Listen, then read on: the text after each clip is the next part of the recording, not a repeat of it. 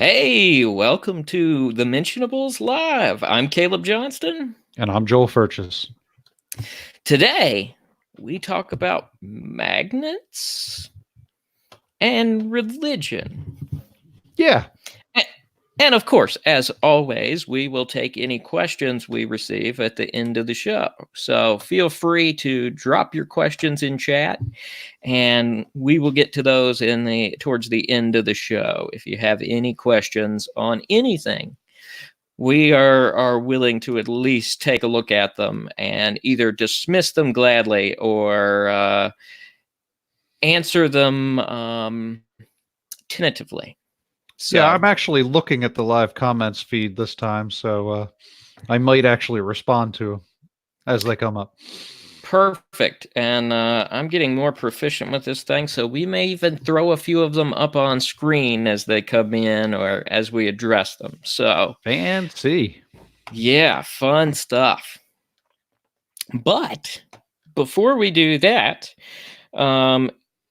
we've been going through some different videos and stuff as we've been doing this, and we kind of take some stuff and look at it as we're doing the live stream. And one of the videos you brought up, we're going to bring on tonight and do. I think it's a good one. I've also found like a mountain of gold for us to dig into. I'd never really listened to much of the Godless Engineers channel, but it is comedy gold in terms of apologetics, because he seems to like taking philosophical arguments and pretending they're actually an emotional argument, and just the philosophy just seems to go whew. So as philosophy tends to do. I'll have to make sure the beep button's working, because there's definitely lots of explicitives thrown in. So either we'll have to put up a parental warning or get our beep button working. But yeah, so that may be fun. It does sound like fun. Oh, for sure. All right, but in the meantime, let's go ahead and dive in on this video. All right. And just whenever you want to dive in, Joel, don't hesitate to just cut me off and I'll pause it then. Look, it's the edge of the Captain America shield. Yeah, I know. It does look like it. Shall we show the viewers our matching Spider-Man attire? Okay, yeah. Oh, there it is. Completely unintentional. Or was it? Yeah, this couldn't reflects get any. The similarity of interests and attitudes. Well, I think that, a certain degree of intelligence, you actually have to pick, the most relatable superhero, if you have such a high IQ. So yeah. I'm just kidding, people. I'm just kidding. All right. So let's give this a go. If you can't hear it or anything, just let me know.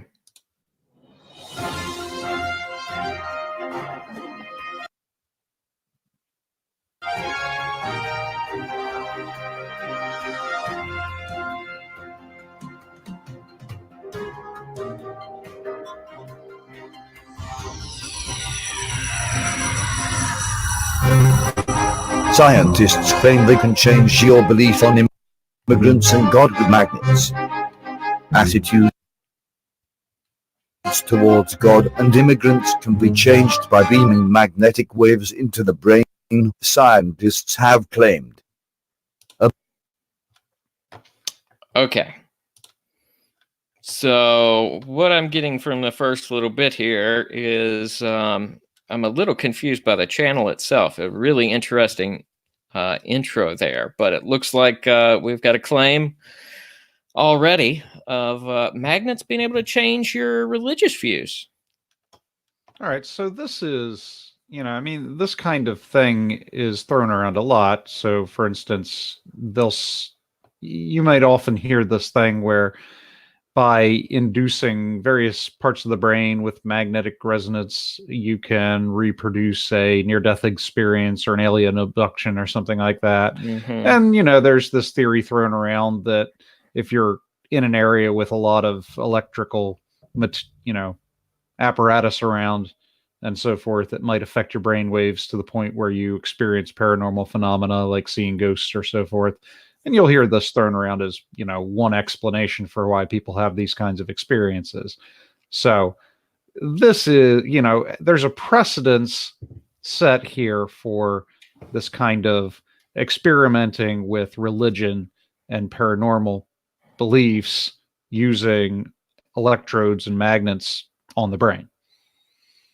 And now, I'm not extremely familiar with this, but it's my understanding that a lot of what they're using here is some of the same equipment that I've read some studies on being used to even treat depression and migraines. Lots of experimental kind of treatments with this stuff, but not a lot of it is kind of going through clinical testing to get further medical approval at this point for some reason. I can't speak to the clinical testing because I know these kinds of therapies are used on depression. I'm going way back in the history of psychology. Electroshock therapy was very common. And it wasn't common just because of witch doctory. It was common because it worked. You got these therapies, and there was a period of time where you kind of calmed down and you felt better about yourself. And then it went away because, yes, it was affecting sort of the electrical signaling in your brain in various areas, which had some kind of consequent feeling that went with it. But, that doesn't last forever. And magnets, at least, are theoretically a little bit safer than electroshock therapy in terms of the long-term consequences, at least as far as we know. Mm-hmm. You're exposed to a certain degree of magnetism every single day, thanks to devices, and the biggest one being the Earth's magnetic field. So, some directed magnetic impulses are certainly less dangerous in the long run than electroshock. Yeah, and they're going to briefly touch up against the use of this therapeutically. So I'll wait until they run that part of the video by, and then I'll kind of talk a little bit more about that. All right. And if I recall correctly, this was, or it still goes by, called the God helmet sometimes, right? So the God helmet is kind of a different. This is something that you see used by ghost hunters and paranormal phenomena and ESP and all kinds of things like that. Oh, okay. Now you're triggering the difference here for me. Yeah. So God helmet actually is a thing, but it's a thing that was designed by paranormal researchers, more than it was by professional scientists for those kinds of reasons. Yeah, I watched a show that used that recently, and it was essentially what they would do is they'd put this thing on and blindfold people, and then somebody would read off questions while this other person is, completely sensory deprived except for this helmet. And then supposedly that person would be able to get paranormal influences in. So they should be responding to the questions that other people are asking based on just what they randomly hear, despite not knowing what questions are being asked, et cetera, et cetera. Yeah, and I mean, this is used in conjunction with things like ayahuasca and LSD and just sort of mind-altering substances.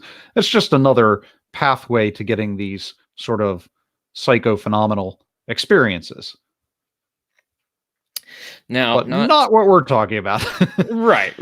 I am interested to see if there are any parallels, though. Yeah, I'm sure it uses similar principles for sure, but this is very targeted to a very particular area of the brain, as we'll see. Okay. A bizarre experiment claims to be able to make Christians no longer believe in God and make Britons open their arms to migrants in experiments some may find a threat to their values. Scientists looked at how the brain resolves abstract ideological problems. Using a technique called transcranial magnetic stimulation, TMS, researchers safely shut down certain groups of neurons in the brains of volunteers. TMS, which is used to treat depression, involves placing a large electromagnetic coil against the scalp which creates electric currents that stimulate nerve cells in the region of the brain involved in mood control. Okay, stop. Researchers. Okay, so there's a lot there.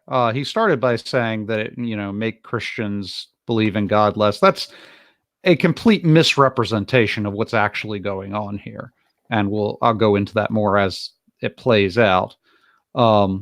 So first of all, what they're doing here is that they're talking about how this is used to treat depression. Now, here's what that really entails. There's areas of your brain that actually have the ability to control your mood. So there's a level of self-control that you have that can kind of cause you to change your mind or restrain your emotions, things like that, to have a level of self-control. But in people with clinical depression, this area of the brain is understimulated. So it just doesn't have the power to, gain the kind of emotional control that your brain would allow under ordinary circumstances.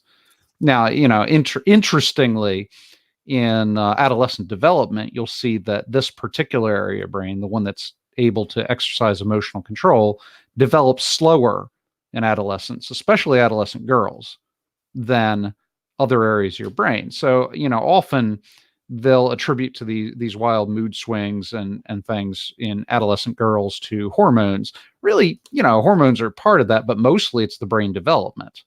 The brain is developing very rapidly at that period of the life, and for whatever reason, the area of the brain that exercises emotional control doesn't develop as rapidly as the other areas. So that solves that mystery, in case you ever wondered.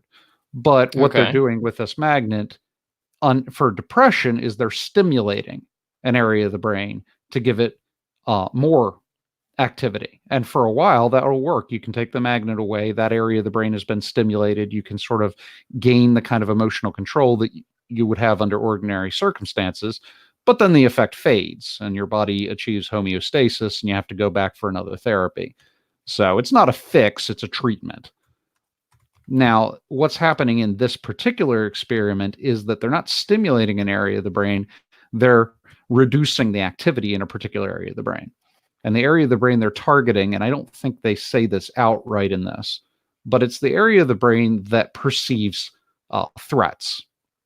So this would be the area of the brain that would activate if you walk into a room and you see a spider, you run into a spider web and there's a spider on your face. That area of the brain would soup up, become hyperactive, and you would perceive a threat in the spider. If you're sitting in a room and there's a loud crash, or you wake up in the middle of the night because there's a loud crash in your house, this area of the brain would light up. You've perceived a threat. And so then your body, your adrenaline would pump and your body would respond to that threat. So in this experiment, what they're doing is they're damping that particular area of the brain. They're shutting it down more or less so that your capacity to perceive threats is reduced. So keeping that in mind, we may proceed. All right. Unless you wanted to comment on that as well, Caleb. No, I think you covered us there. I can't think of any additional comments just yet. Okay. Researchers found the technique radically altered religious perceptions and prejudice. Belief in God was reduced almost by a third, while participants became 28.5% less bothered by immigration numbers. Okay, stop for a sec. Yeah. So I want you to really pay attention to the language they're using here. They say belief in God is reduced by a third. Now, what does that mean in practice?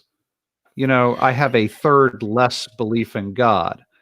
So, I mean, I get this, Right. from especially a particular street epistemologist that likes to troll me. He'll ask me to rate my level of confidence in the Gospels or something. I'm like, Doug. rate the level of I don't even know how to perceive my level of confidence. you know Right. so yeah, that's a thing. But yeah, reduce your belief in God by a third. We'll see what that means as we go on, but this is not a quote cure to religion. They're not creating atheists with this machine. um they're pulling a rhetorical trick on you. Right. um, So because they don't turn these people into atheists. The way they measure belief in God has a lot to do with what they're saying here. right. And from And we'll talk about that measurement as they get to it. from my understanding in experimental side, and in most of these scenarios, the way they're going to measure something like that is with a survey beforehand. Rate so many things, rate how strongly you feel about XYZ, rate on a scale of 1 to 10, how much you are opposed to immigration, rate on a scale of 1 to 10, how strongly you believe in God, et cetera, et cetera. And then they would do a post treatment survey as well. And that's probably where they're getting their measurement from. At least that's Yeah, how it absolutely. typically And works. So.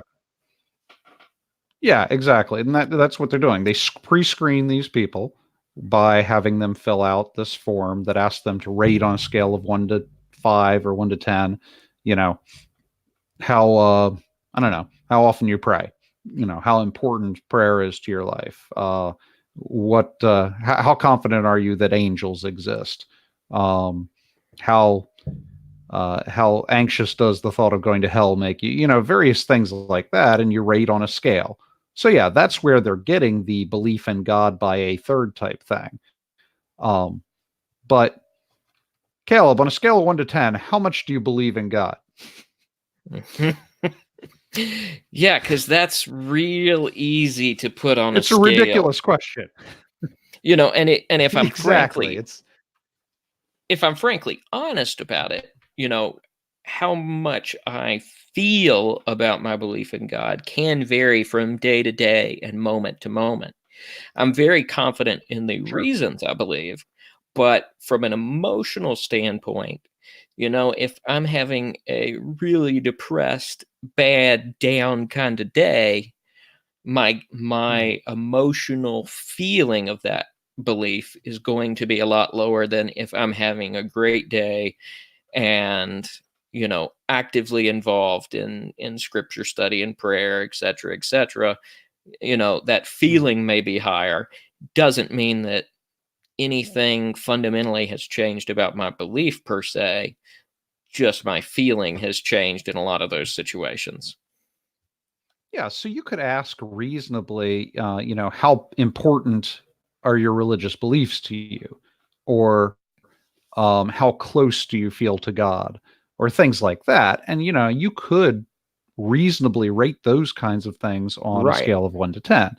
But belief in God as a category, that doesn't really fit on a scale. And they don't ask that question. This is not part of the pre-screening process. The part of the pre-screening process are the things I just said. How close do you feel to God? How important are your religious beliefs? How often do you pray? Things like that. And that's going to be the kind of thing they're going to ask on the pre-screening process, not how much do you believe in God? Right, because that gives away obviously kind of what they're looking at, and it's going to destroy the Right. validity of the test if you have, exactly what you're looking for already out there. Right. And that's one of the difficulties of designing these kinds of surveys is, for instance, I might suspect that your belief in God is affected by your relationship with your father, for instance. But if I were to ask that exact question on the survey, even if I were to say something like, how close were you to your father on a scale of 1 to 10? that's a little obvious. It's easy to intuit what I'm trying to get at if I ask that exact question. I have to come at that from a roundabout way, and to do that, you have to ask a number of questions that sort of point that direction without being obvious about it. So, yeah, designing these scales is not easy. That's for sure. All right. Numbers. Dr. K.E. Jama, from the University of York, said, people often turn to ideology when they are confronted by problems. We wanted to find out whether a brain region that is linked with solving concrete problems, like deciding how to move one's body to overcome an obstacle, is also involved in solving abstract problems addressed by ideology. The scientists targeted the posterior medial frontal cortex, a brain region a few inches up from the forehead that is associated with detecting and responding to problems. Volunteers were asked to rate their belief in God, heaven, the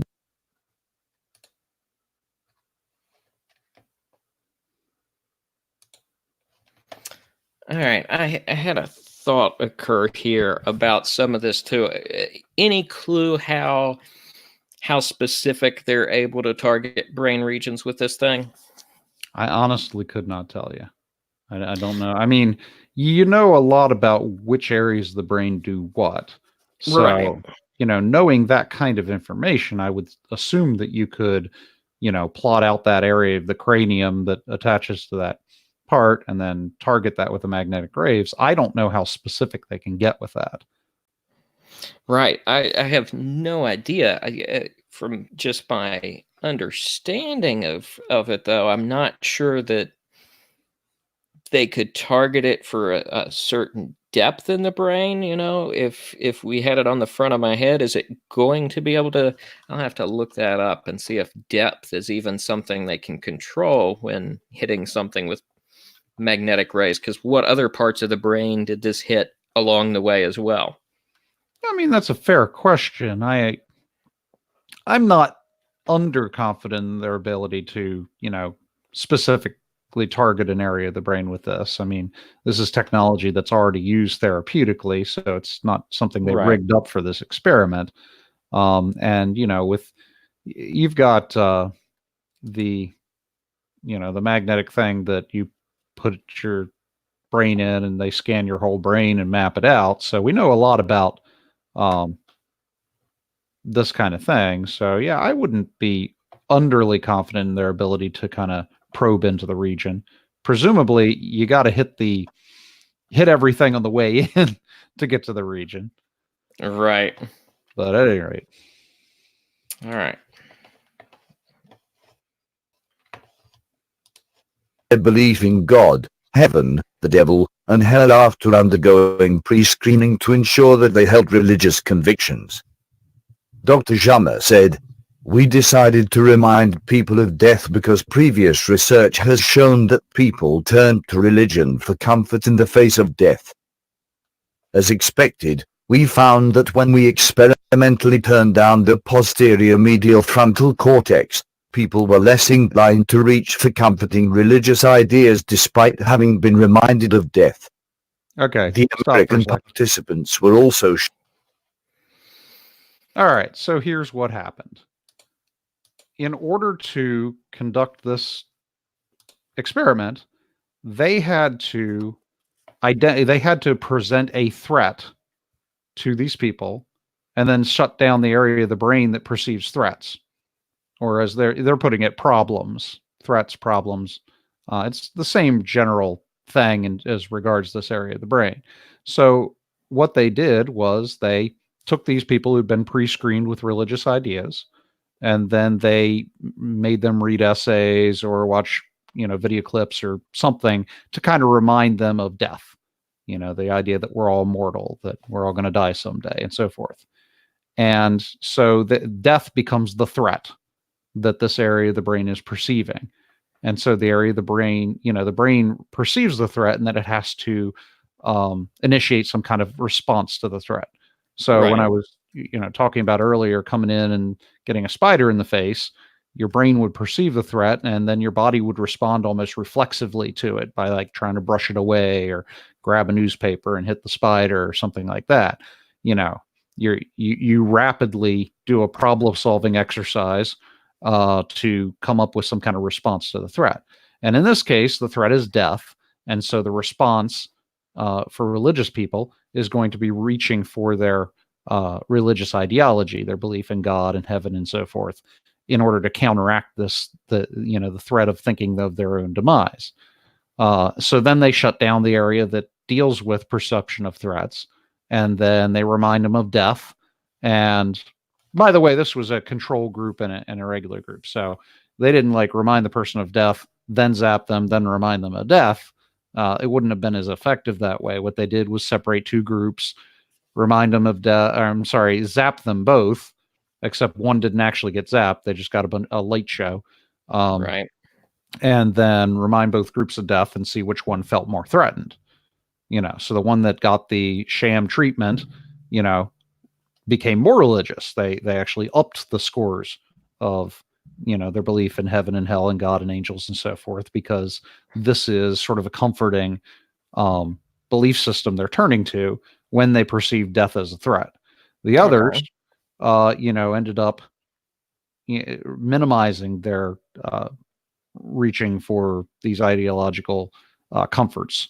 So now, their importance of their faith was, jumped down 30%, and their closeness to God jumped down 30%, and so forth like that.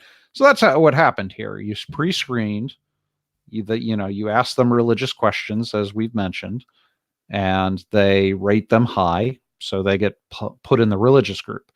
They separate it into two groups. They zap one and give the other sort of a placebo, and then they have them take these quizzes about death, and one actually jumps up their belief in God and the other jumps down a little by 30%. And so that's how they say that they decreased their belief in God. But you can see, if you look at the bare bones of the treatment, it's not what they're representing it to be. These people aren't walking out of there atheists.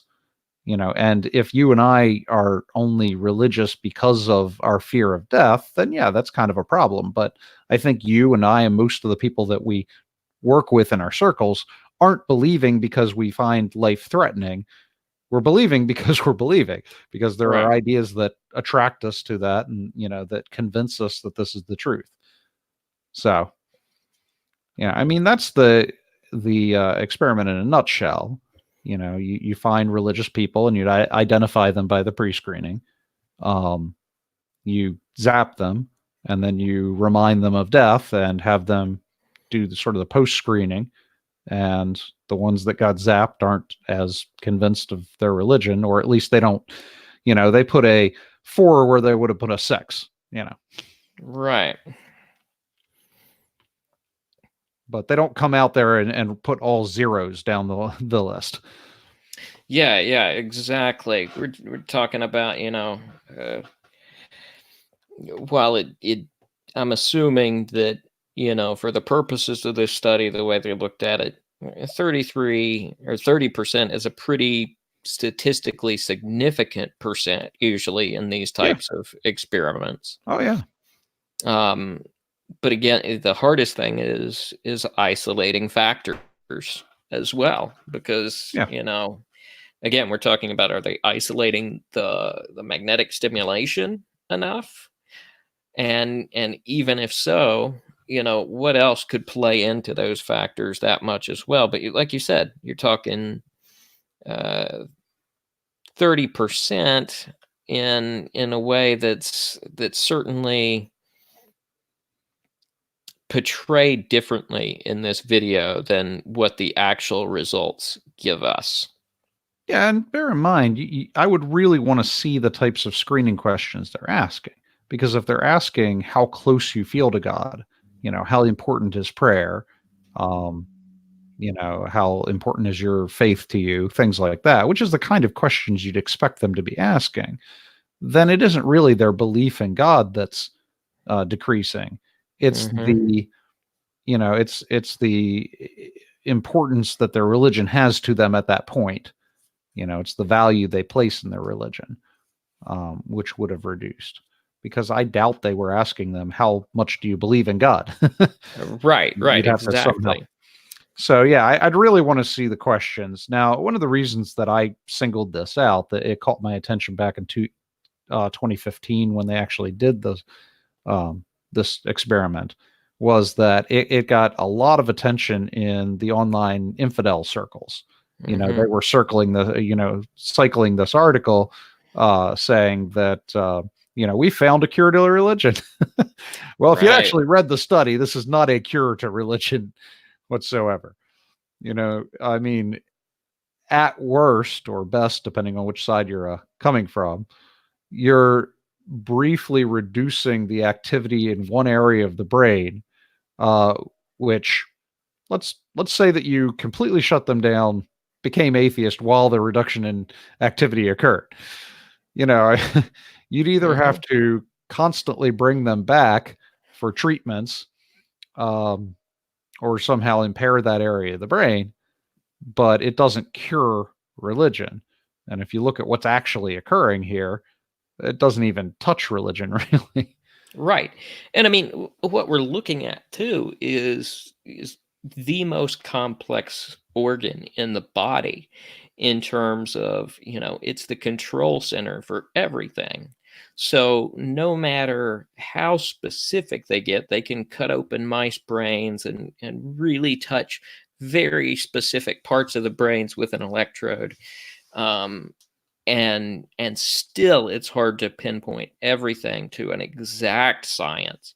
You can get ballpark because you've got regions that control a number of things, but it's not like they aren't tied to other parts as well. So without looking at a massive study of this and looking at all other things that could have been influenced as well, it sounds like this study was very specifically geared. So, I would want to know too, what was their emotional state before and after? How were emotions and or reasoning impacted over the course of this study as well? Because what else has been impacted by this treatment that may be a more corresponding factor to some of these alterations they mentioned versus kind of pinpointing and saying they've located just for this. Here's what we were able to alter. Well, what else? What else did you touch at the same time? Yeah. And I mean, the person would have to consent to the treatment. So, Right, exactly. If you're going to cure people of their belief in God, they'd want to be cured in the first place, or else this is highly unethical. Right. And I mean, what kind of, let's say hypothetically this kind of thing were developed, let's take the Black Mirror scenario and play it out that, okay, they found a way to turn off the part of the brain that, stores religious experiences or whatever. So we turn it off entirely. What are the consequences of that? I mean, a lot of people I know hold onto their religion for various reasons. Some of them are very emotional in terms of, they do need some of that comfort there. Now, I'm not saying there's anything wrong with that, and I'm not saying that I never experienced that.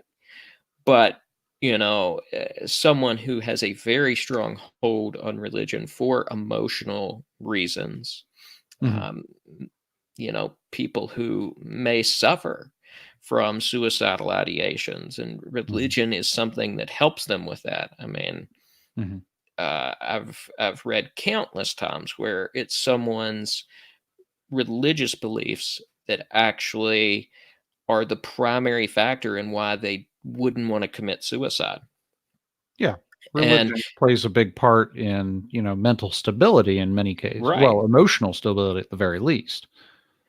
So, Right. So what other, consequences are you looking at bringing about if theoretically we could even flip a switch and turn off religion? hmm. Yeah, no, I mean, I'm reminded there was this show back in the 2000s. It was a comedy show called Scrubs. Do you recall that at all? I do. Okay. I didn't watch much of it, but a few episodes here and there. Sure. So there's this character in the show that's, a nurse at this hospital, and she's been there for many years. And then there's another character who's sort of the cynical doctor character. Um, and, the nurse is religious, and the cynical doctor character is not. And so, he decides that he's going to rid her of her religion by pointing out all the horrible things that they deal with every day in the hospital and asking, why would God allow this, or where is God? The typical stuff. Nobody's ever tried that before. Oh. So her response was that if she didn't have her religion, she wouldn't be able to make it through these days dealing with all of this horrible stuff. And I mean, this is a very good representation of what we run into, is that, the atheist will appeal to the problem of evil as one of the primary arguments against God, little knowing that the problem of evil is one of the reasons that many people are religious, because their religion is the thing that buoys them through all of the difficulties that life has. And so what would be the consequence of robbing them of that sort of stabilizing factor in their life? And the scene played out very well in that show. It was one of the better scenes that show has ever had. What would be the consequence of that? Yeah, what would be the consequence of robbing these people of the stabilizing factor in their life? Right. It's going to collapse in terms of their emotional stability. They're going to need treatment. They're going to be in a situation where they just lose control of their emotions. Mm-hmm. Depression, anxiety, just all that goes away if this really is a factor that's helping them maintain stability, right? Yeah. And so this is what I would term as a post deconversion crisis experience. It's not Uh, universal in every deconversion case, but you do have it. And it's especially pronounced in people who tend to be more involved in their religion. The more involved the person is, the closer their identity is tied to their religion, the stronger this post deconversion crisis is. And it can spiral into things like depression and other factors related thereon too. I mean, you see this very publicly in recent instances where you had Marty Sampson from Hillsong, who kind of came out publicly and deconverted. right. Now he didn't go full atheist. You never go full atheist. Right. But even At so, least not when the money is coming in from, the Christian community. Yeah. Yeah. But, I mean, he was very public about this, and he, posted about, all the problems he suffered and how difficult it was having his fans abandon him. Another case that comes to mind would be, it's slipping my mind. This is a guy who was the lead singer for Caedmon's Call, which is a very popular Christian group in the, I would say, late 90s, early 2000s. Yeah. His name will come to me, after we get off the air. But at any rate, after he deconverted, fairly publicly, a lot of his fans, suffered as a consequence because, his music had been very instrumental in their lives. And so he started a podcast called An Airing of Grief, in which he would just kind of interact with his fans and talk about, this huge emotional problem he was going through after deconverting, leading up to it as well. But anyway, this post deconversion crisis is this instance in which you just sort of have an emotional breakdown. As a matter of fact, we saw it in the last one we did, because we were showing clips from this guy who was giving his deconversion experience. Right. And one of the last clips we did, he was talking about life pixelating in front of him and like how everything was just kind of collapsing in that one moment. And that was just him spelling out his post deconversion crisis. Right. So anyway, yeah, that's one of the consequences of, taking a person's faith away from them. And I had something else I was going to say about that, but it slipped my mind now. It will come back to me. All right. Derek Webb. That's it. There, see, look, one thing slips my mind, and you have another slip back in. So, yep. All right, we will continue. Okay. And participants were also shown 2 essays written by newly arrived immigrants, one highly complimentary. Okay, I'm going to rewind a few Participants seconds. were also shown 2 essays written by newly arrived ideas despite having been reminded of death. The American participants were also shown 2 essays written by newly arrived immigrants, one highly complimentary of the US and the other extremely critical.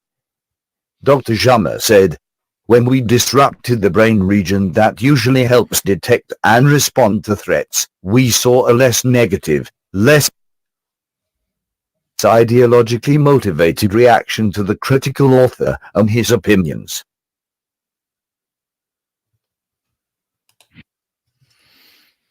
Okay.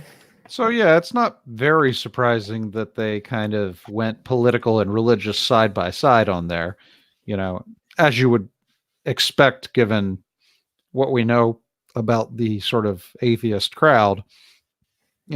Politics and religion are kind of a hand-in-hand thing for them.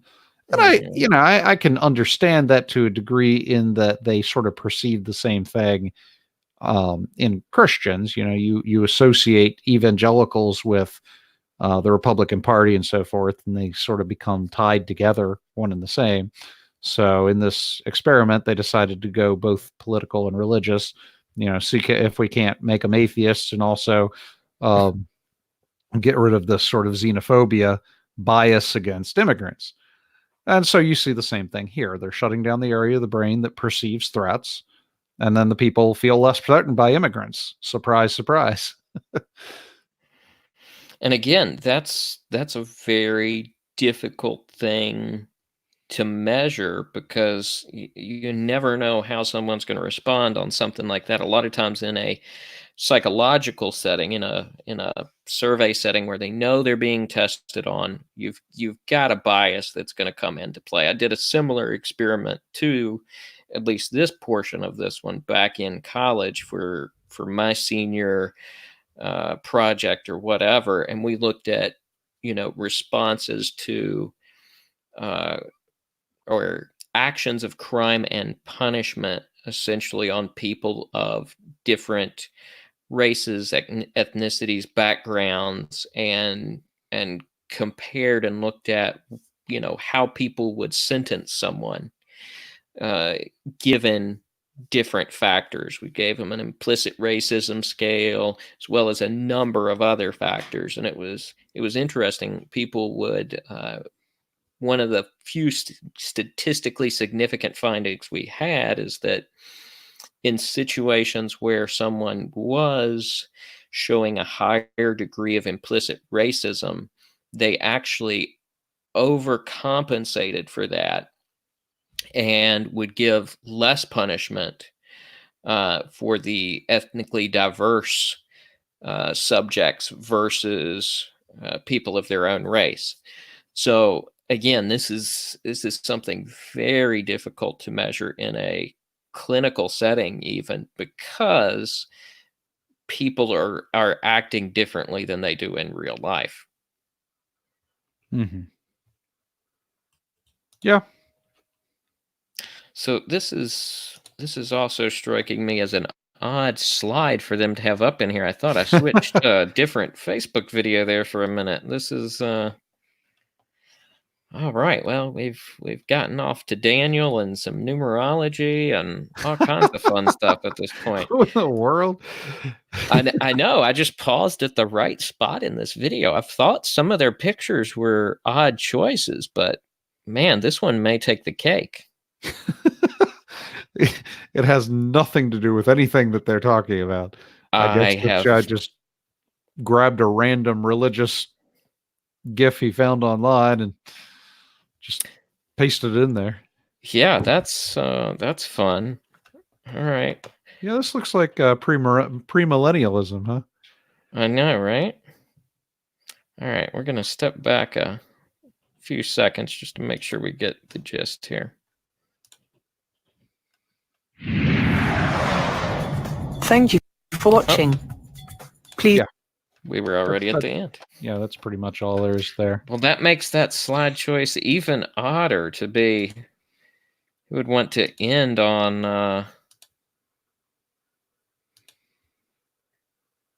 this bizarre slide there? Okay. Wow, sorry, that just completely derailed me as to why that was in there. That was hilarious, having that slide in there. Yeah, I don't know. Is he trying to send some kind of subliminal messaging here or what? No doubt. Yeah. Well, I mean, So, yeah, go ahead. And I heard about a similar experiment as well, and I'm not sure if it came directly from this one or not. I don't think it was. I think this was a different one where they were actually trying to increase activity in an area of the brain, and it resulted in people reporting more spiritual experiences. Yeah. And I think it was just kind of the reverse of this scenario. But again, one of the issues is, when they're doing something like that, oftentimes it's very much that emotional response. So what they really stimulated was something very similar to deistic, or very new agey kind of spiritual open oneness with the world kind of experiences versus what Christians would actually classify as kind of a religious experience. Well, it depends on your kind of Christian, though. Right, very true. I mean, there are a number of Christian groups that try very hard to achieve this sort of spiritual oneness with God and, sort of this wholeness and so forth. So, and I mean, that's what makes religion important to them, is that they get a big high out of it.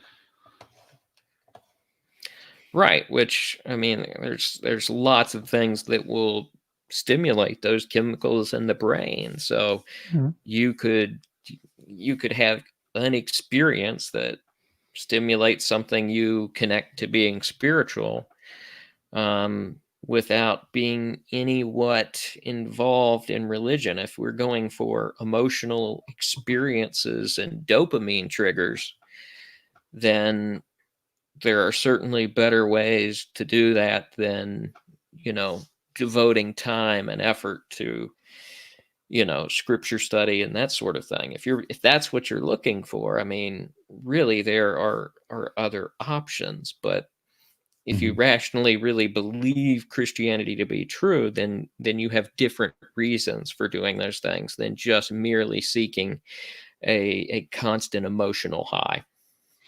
Yeah, so this, I can't remember what it's called, but there are various types or categories of deconverts that they've classified. And one is this kind of person that skips from religion to religion, from belief system, and they do so because they're looking for a particular experience, and they'll come into a belief system, they'll briefly receive the experience, and then it kind of goes away and it becomes less meaningful, so they go on to the next thing. So I mean, it sounds very similar to like chasing the dragon. You try to you get that high for a little while from one system, and then it kind of fails you, and so you try the next one. Right. So they're not so much seeking truth, they're seeking, good feelings. Right. I'd much rather have truth. There's nothing wrong with good feelings, but if they're not associated with truth, it's a problem for me. Well, I mean, your feelings might be the way that you gauge truth depending on who you are. So, if it feels, quote, right, then it is right. kind of thing. And you can Right. see the same thing in people who skip from relationship to relationship. You know, they get into a relationship, it feels right, then it stops feeling right, they move to the next one. So it's not dissimilar to what you see in these religion hopping types. Yeah, and it boils down to a definitional problem, just as we were talking about, the definition of a Christian view of relationship with God compared to, this emotional oneness kind of response. It's the same thing with relationships in that, I think there's a great misunderstanding in what is meant by love. A lot of people see that as that emotional high. You should always have that kind of response versus something that's an actual choice as to whether you're going to love someone or not. Uh, it's not all the Disney princess version of love out there, and I think that that's where we've run into a lot of problems culturally is we've let our definitions slide to a point that a lot of Christians miss out on these definitional nuances that are actually really important when it comes to expressing what you believe, why you believe it, and what's important about life. Let me ask you this. You've done some work with New Age-ism, and you've kind of mingled with that crowd occasionally. Yeah, I kind of broke into a festival of New Agers at one point and convinced them to give me a booth. Now, in all seriousness, if any of them end up watching this, the intentions were very good in terms of wanting to go there and speak with people and really build some relationships with people there. So I say all that in jest. Um, because I really had a great time talking and really learning how people came to believe what they did. So my question is this: do you see a lot of mutability in this crowd where they just kind of progress from belief system to belief system, from, one thing that kind of works for them to another thing? And I'm not talking about switching religions. I'm talking kind of switching ideas within the New Age system about, you know, what's the right vibration, or, how they come to sort of a truth and so forth, so that one New Age individual won't kind of stick to a rigid system of observance, but they'll just kind of move about. Am I on the track there? Right. Well, that's one of the distinct differences with a lot of the New Age is it's all about this. Um, everything is mind. There's no duality to being, you know, a mind and a physical body. It's all mind, and how you manipulate that creates physical manifestation. So what they're doing is it's not so much a jumping around from idea and religion to religion. It's actually encouraged that people seek and find their own truth and explore things. So it's actually kind of built into the basics of it that it's not going to be a neat structured process within the new age. It's encouraged to be emotionally and you know, mentally very, very scattered and very, very searching geared. So if you want to try this today and then you want to explore over here with this tomorrow, great. You do you, I'll do me. It's not, unless you have, of course, a spiritual guru of some kind who's directing you in a given activity. But I guess there's not a whole lot of that kind of jumping around aside from the fact that it's already kind of built in. If these ideas from Christianity work, great.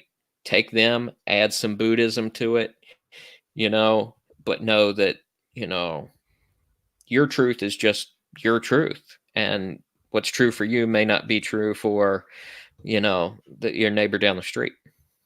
Yeah, the thing I've noticed about, or at least in my experience, when you have two New Age people who haven't met before, just kind of run into each other, they'll say any corny wild thing, and they just kind of agree with each other. Doesn't matter what it is. Be like, well, Right. our body is 80% water, and the moon controls the tide, so of course the moon's connected to my soul. Oh, so true, so true. Right. And it's interesting. The other thing too is that, throughout the time there, in a lot of these conversations I had with people on this given, weekend, people would be like, "Oh, you've got to have read XYZ." And then, but the people right next to them have never heard of this person, but they're expressing it as if it's, everybody within this community knows. So it's very much, these individual paths, and they seem to a lot of times think, well, you you seem to know about XYZ. Somebody else is following a completely different path.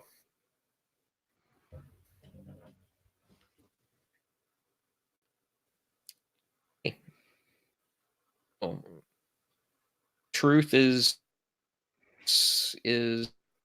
relative in that world. So Yeah. Well, that's becoming society now, but I don't know where we were heading. I don't know. I think, yeah, we had begun with this idea, the ethical Can you hear me? I nature think I of robbing people of their religious beliefs. You did. But at any rate, we had started with the ethic, is it ethical to shut down people's religion? And then we talked about how religion is important to people and it kind of emotionally sustains them. And then we got into the emotions of religion, and then we went to New Age. That's how we got here. Well, that's what we do on these live streams. So Absolutely. Well, I think we've more or less exhausted the topic. I'll just kind of hit the bullet points. You shut down the area of the brain that perceives threats. You present them with the threat of death. It's not threatening to them, so they're less inclined to reach to religious beliefs. The end. Now, that begs the question, is religion just a way to compensate for fear of death? And I think that would be a highly simplistic characterization of what religion is, at least in the realms of Christianity in which you and I move. And to a great many people, yeah, religion is more of an intuitive, emotional process for them, as we've been discussing. But for the kinds of people with which we interact, it's far more fulfilling in sort of a philosophical and intellectually rigorous sense. I can speak personally. Intellectual pursuits are far less meaningful for me if you don't have some kind of ontological grounding for intellect itself and for reason, because this indicates to me that there is sort of a central nexus for that which founds reason, truth, logic, that kind of thing, and that we're progressing towards a better discovery of the nature of reality, and that nature is God's nature. all right. No, I think that's well said. Yeah. So that's one of the things that makes my belief important to me, is that it grounds, my pursuits, which include intellect and philosophy. But for other people who are not intellectually inclined, there's much more of an experiential and emotional nature to their belief. I mean, I have to give that to them. I'm sure that that's important in some sense. And I'm not, I think that there is a danger to being overly emotionally attached to one's faith, and a danger to overly intellectualizing one's faith. There should be some kind of balance there. And it's a hard balance for any of us to kind of achieve. Right. No, I completely agree. But on the plus side, and this is a whole nother topic, so I'll just throw it out there as kind of a bomb rather than actually going into detail on this, but that is one of the good things about Christianity in particular, is that it offers grounding for reason, logic, philosophy, and it also offers reason for, emotional health and wellness as well. There is objective meaning, objective morals, and we have a basis for those things, versus having to live in a life void of any ultimate grounding for meaning or for rationality on the other side of things. So, you know, you've got a spectrum of beliefs out there, and often one or the other is lacking in those worldviews. Christianity offers a grounding on both sides of the scale, that I think, while people may come at it from different approaches, when you dig in, at least it offers some grounding for both. Yeah, I think the fact that Christianity offers the grounding for truth in a mind um, is the way in which both of those things tie in. So, for instance, from a naturalist point of view, the universe is entirely rule governed and physical processes, and the key is to discover all of the physical processes that govern the mechanism of the universe, and you've sort of grasped all possible knowledge in so doing. And then if you go to the extreme other end, the new age end, all of reality is mind. you Mm-hmm. know Matter and energy and all of those things are an illusion, and what we are is mind, and we're all sort of this whole oneness um, brought together. And so those are two extremes, and I think they're balanced out in the idea that we have a creator God who is responsible for all the laws that govern reality, and so that ties in your sort of naturalist end, but it's grounded in a mind, which ties in your sort of the other end. But the mind is a mind that is independent. I'm not part of that mind, and you're not part of that mind. This is not pantheism. Um, there is a mind external to mine, which, I mean, to me, that's a better way to be, because I'm an independent individual. I'm not subject to be part of this, universal mind. And, my meanness, my sense of identity is not an illusion, which it would be under pantheism. Right. Um, but I actually am an individual, and there is another mind that I can relate to. So, in that sense, both the intellectual pursuits and the emotional pursuits are grounded, because there's a relational aspect as well as the pursuit of, truth in intellectual terms. Well said, sir. Well said. So, yeah, somehow we got to that, but it was a good Well, discussion. hey, it was a good discussion. We covered a lot of ground. So hope everybody enjoyed it. As always, we're open to suggestions. Throw in questions beforehand. Feel free to drop us a line at thementionables.org. And, feel free to shoot us questions in advance that we can handle for the next live broadcast. All right. All right. Good night. Good night.